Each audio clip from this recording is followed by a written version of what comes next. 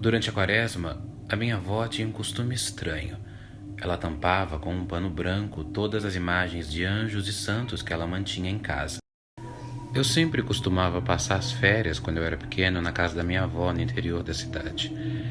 E ela tinha um altar, uma espécie de altar, no quarto dela, com várias imagens de anjos e santos.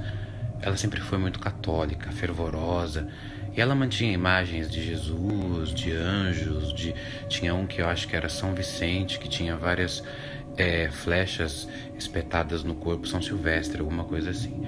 E tinha uma que me deixava com muito medo, que era uma imagem de Nossa Senhora, né, da Maria, mãe de Jesus, que o coração dela era para fora do peito na imagem e tinha uma espada cravada, e a imagem ficava meio olhando para cima assim, chorando, como se fossem umas lágrimas de sangue.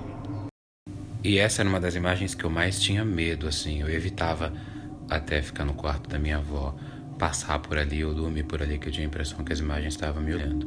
Mas sempre quando chegava a quaresma, ela tampava todas as imagens com um pano branco. Inclusive essa imagem de Maria com o coração para fora, que era uma imagem bem grande. Ela era metade de mim, hoje, né? Na época ela era do meu tamanho. E eu morria de medo disso. E eu nunca perguntei para minha avó por que ela cobria as imagens na época da quaresma.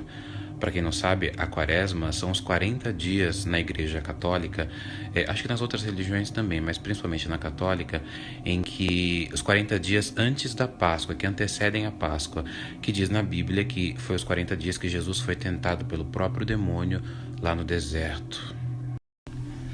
Até que um dia eu estava na sala assistindo televisão, eu devia ter, sei lá, uns 7 anos, e eu vi um barulho no quarto, como se alguém tivesse derrubado algo lá dentro.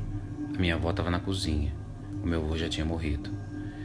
E quando eu olhei para a porta do quarto dela, que era mais ou menos uma porta igual essa, só que ao invés da porta de madeira igual essa daqui, tinha como se fosse um pano cheio de florzinhas, eu vi uma imagem, um vulto branco passar, indo pro banheiro que tinha lá no quarto dela, perto do quarto dela. E no que eu me levantei para chamar minha avó para gritar, eu vi que o vulto branco estava bem atrás do pano cheio de florzinha. E quando eu vi aquilo, o meu coração meio que parou assim, né? Quer dizer, não parou, mas parece... Eu gelei, eu tava meio em pé e meio sentado para chamar a minha avó.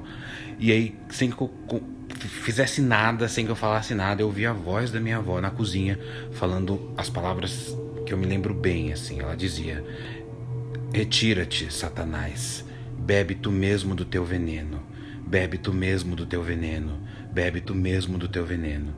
E ela veio aparecendo na cozinha, e ela segurava uma folha verde na mão, parecia um pedaço de alface, e ela ia em direção à imagem.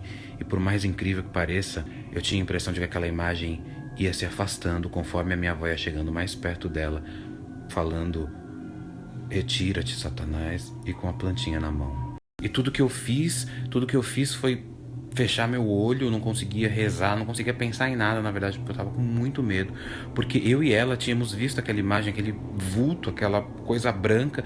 Eu imaginava aquela imagem de Maria com o coração para fora, embaixo daquele pano branco, e na hora que eu abri os meus olhos, o pano não tava mais parado na porta. E aí, de repente, minha avó olhou para mim e falou que ela tampava as imagens exatamente por isso. Porque na época da quaresma, assim como o diabo tentou Jesus, ele também vai tentar todas as pessoas até o momento da Páscoa. E quando você tem muita imagem em casa, o demônio, ou o diabo, ou qualquer coisa ruim, ele pode entrar nas imagens para querer tocar nos humanos, trazendo tragédias, desgraças e até a morte. É por isso que minha avó cobria as imagens na quaresma.